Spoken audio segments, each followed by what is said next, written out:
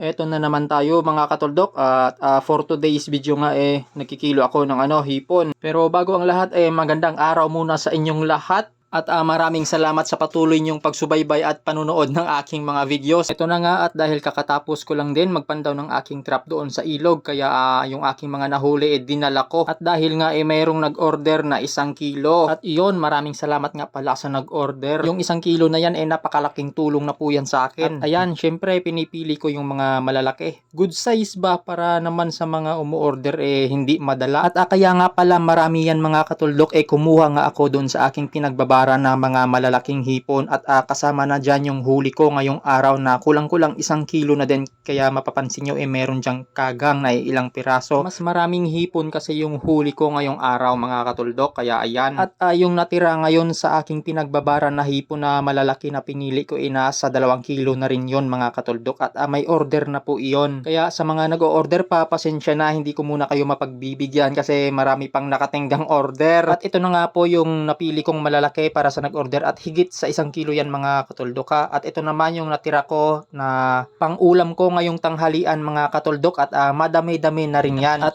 yon, hanggang dito na lang. Maraming salamat mga katuldok.